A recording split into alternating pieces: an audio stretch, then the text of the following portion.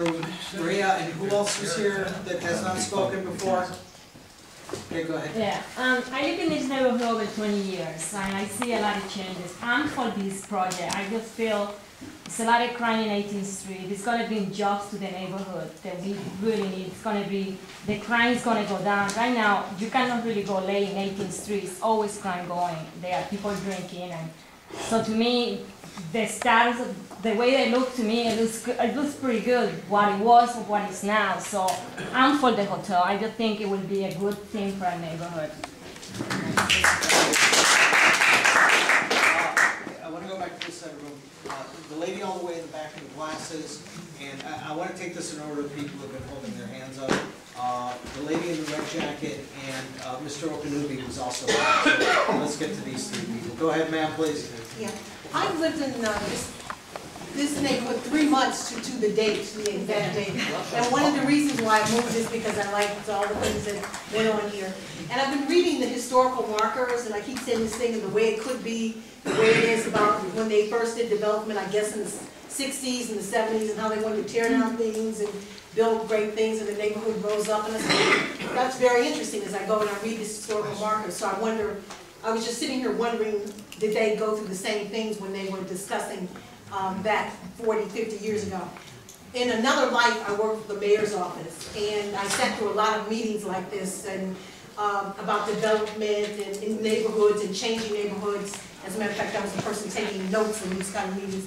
And one of the things that I've learned is that, you know, let's say if staying on point, if there's a hotel that's going to be built, I think it's too tall and too big.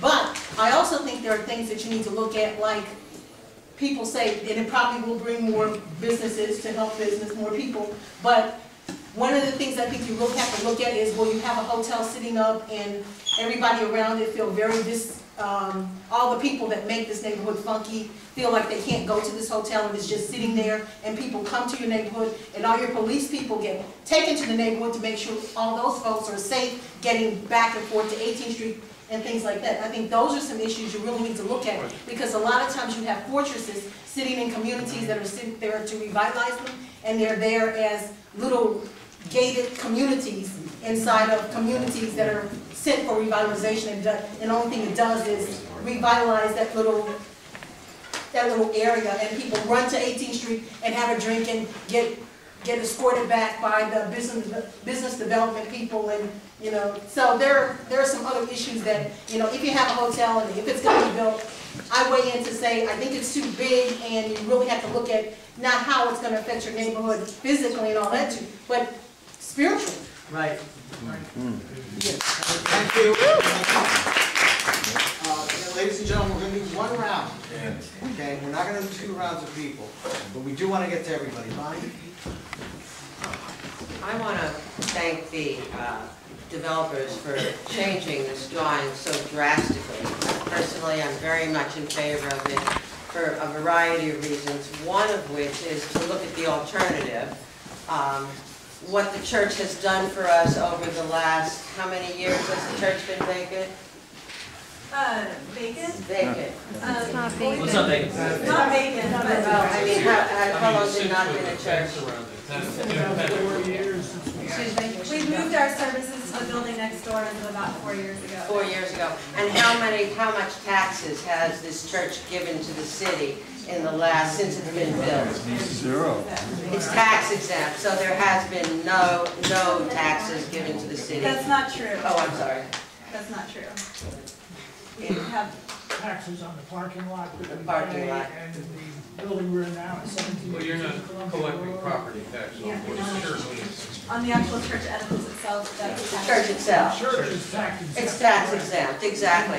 All So, churches are tax exempt. of course, that's what I'm trying to say. So, in terms of the tax abatement, it's a short-term abatement, and then there is taxes after the church has been tax exempt since it's been built, because all churches are tax exempt. So it's going to be a point positive in terms of from after the exemption on, plus all the taxes that's going to be paid. But I want to stick with the building and the changes that they've made, which I think are significant and go extremely well in terms of the diversity. of what I love so very much about Adams Morgan. The architecture, the diversity of that, the idea of maintaining the church and looking at the alternative, which is to have a building that is completely underused and that may be demolished. I think when I consider that and I weigh taller building, a little bit of progress, as someone said, the Cairo would never have been built.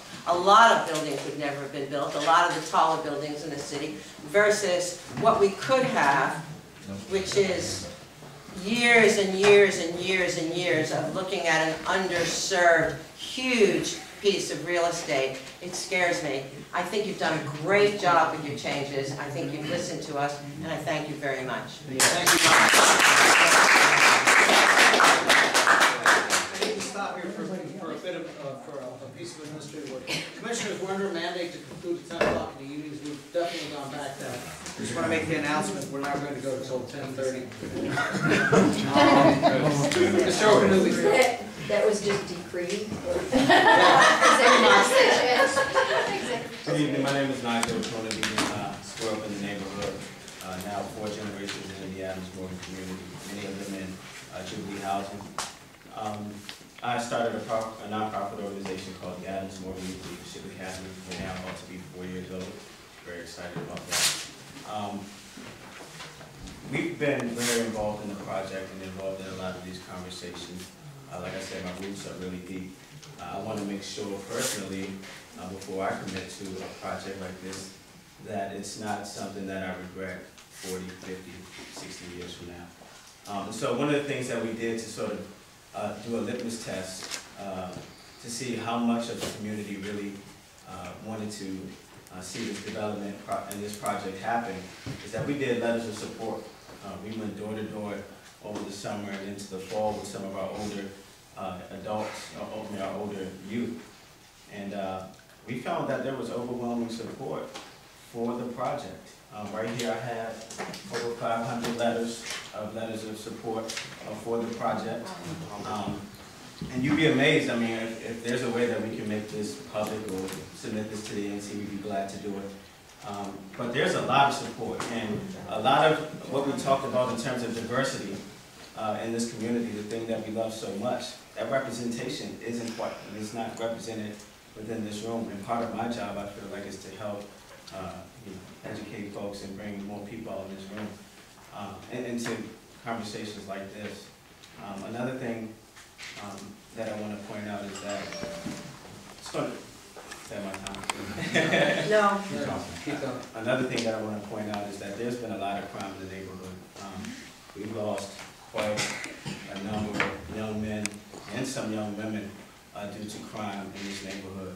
I just think about if this project happened 4 or 5 years ago, or 10 years ago for that matter, how many lives could have potentially been saved? We're really excited about the project. It's going to bring a lot of employment opportunities and really help change the trajectory of a lot of the lives of our young people. And so I just wanted that to be on the record. Thank you. Thank you.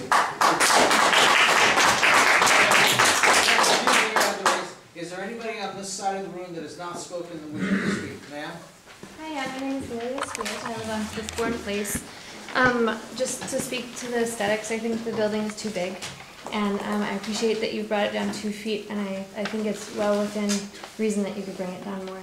I think that's the concern mostly from the large group of people in the room. I think people voting in favor of the hotel, you wouldn't mind having the extra business in the area, and I don't think bringing it down 2 floors would impact that business that you're bringing into the neighborhood. Thank you. Thank you. Did you want to speak? Go ahead. Yeah, I just wanted to say, my name is Jean, by the way. I don't understand how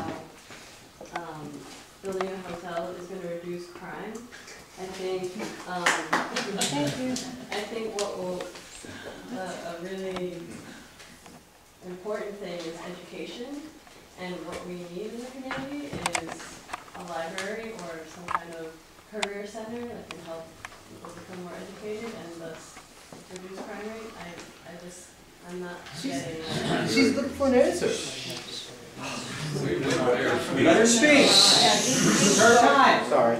I'm sorry, I apologize. I don't think more development, another hotel, there's plenty of other hotels in the area, is not gonna reduce crime. Thank you. So, let's do Mr. Lumquist, Mr. James, and Mr. Simpson. We'll wait. Some people have had their hands up longer.